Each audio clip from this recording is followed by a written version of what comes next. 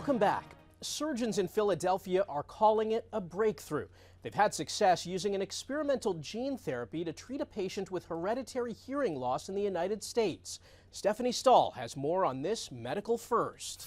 A good luck kiss goodbye as this 11-year-old from Spain is wheeled into surgery at the Children's Hospital of Philadelphia on October 3rd. He was born unable to hear and has become the first person to get gene therapy in the United States for congenital deafness. What we've really accomplished is exciting because it's the first time that hearing has been restored in a child, really in a human being, for a hereditary type of hearing loss.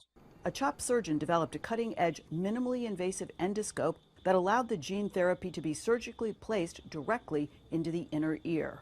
The idea here is to replace a defective gene that a child is born with, restore that gene to the inner ear by literally injecting it into the inner ear. And it's a surgical procedure to do that, but it's exciting because if we can get the gene back in and get it functioning, it should restore hearing. Now, almost 4 months after the operation, he's back for testing and raises his hand, indicating he's hearing. Since receiving the experimental treatment in one ear, the boy's hearing has improved significantly. For safety reasons, the FDA wanted researchers to start with older children and only treat one ear. We've always wanted to be able to restore natural hearing, and we're finally, and we've been waiting 30 years for this to be here, and it's finally here now. And that is restoring a defective gene that you're born with. The boy from Spain was reportedly initially frightened by noises and voices he'd never heard before. Now he says he's enjoying hearing everything. Stephanie Stahl, CBS News. Extreme heat this summer was responsible for more than 1,000 deaths in the U.S., and now winter is causing problems.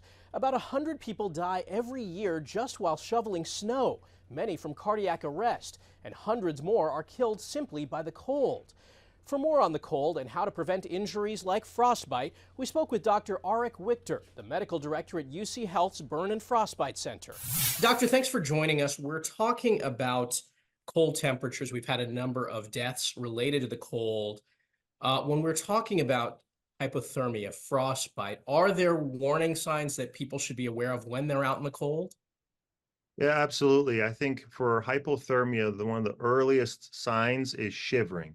So shivering is the natural body response when your core temperature drops below a certain level that you need to stay warm. For frostbite, it's a little different. People will first experience numbness, tingling at the fingers and toes. And if they look at them, if they see that the fingers are getting white, pale, like they don't have blood flow, that right there is an immediate concern. They should seek, again, shelter, try to rewarm their fingers or toes in warm water, not hot water, 100-degree Fahrenheit, just lukewarm water. And if it's still not coming back the color, they should go to the emergency department. Typically, how would you treat frostbite when it is a case that requires going to seek medical attention? I think for frostbite, it's really important for people to understand that we can treat it as long as it's recognized early. So if you can get to the emergency department, get rewarmed, and we can give you the lytics within 6 to 8 hours, we can save a majority of fingers and toes and feet. After 24 hours, we cannot do that anymore. And then people get, unfortunately, amputations.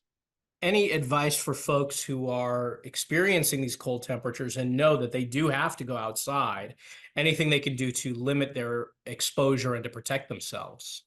I think what you said is the key, limiting your exposure. So going out and when you notice that your fingers are starting to get cold or numb or you start to get shivering, then seeking shelter and rewarming yourself. Wet gloves, wet boots, wet socks. That right there is also a big driver for hypothermia and frostbite. Getting off that wet clothing and seeking, again, dry air and warmth is really important, because even if you go inside with wet shoes, wet socks, and you don't take them off, you're still going to get cold and get damage. So you want to remove the wet clothing, remove the wet socks, put on dry stuff after you're dry. That's really important. Doctor, very good information. Thanks so much for joining us. We appreciate it. Yes, you're welcome. Thank you. A nationwide nursing shortage has left hospitals scrambling for coverage. One report early last year showed a gap of nearly 250,000 registered nurses. Elle McLogan shows us how a New York college is training a diverse group of students and trying to get them into the field quickly. The students in this room are building their future while supporting ours. Among many nursing programs in Queens is an accelerated 16-month baccalaureate. Recent graduate William McGinty says it takes a special person to be a nurse. You need to be compassionate, and you need to be willing to learn every single day. Students work with hospital-grade equipment. We prepare them on campus in our Center for Healthcare Simulation with high-fidelity mannequins. An eerie sight at first. The simulators come to symbolize real patients. They breathe, speak, shed tears, and even give birth. What we do in simulation is we have scenarios that mimic what students would see from day one. How would that go with assessing symptoms? Come in, introduce ourselves, and then kind of reiterate and ask them what's going on, how are you feeling, are you in any pain? I'm just gonna wipe your face, okay? Instructors can watch the scenes unfold through a two-way mirror and even record them for later review. The training comes amid a nationwide nursing shortage, which experts say was supercharged by the COVID pandemic. According to a recent study, roughly 100,000 RNs left the workforce, citing stress and burnout brought on by the pandemic. Nearly 1/5 of nurses, it found, plan to leave by 2027. That's why schools are recruiting students of all backgrounds, many in career transition. Here, the average age is 30. Diversity and equity, it's always been a challenge for nursing. Dr. Beverly Malone is president of the National League for Nursing. She says a shortage of both nursing educators and clinical placement demands priority and investment. We're the ones who accompany people on their life journey, and it's such a privilege to be a nurse. Elle McLogan, CBS News, New York. After the break, why doctors are hoping to find a cure to some diseases in the kitchen, and the treatment for depression and epilepsy that's now being used for stroke patients.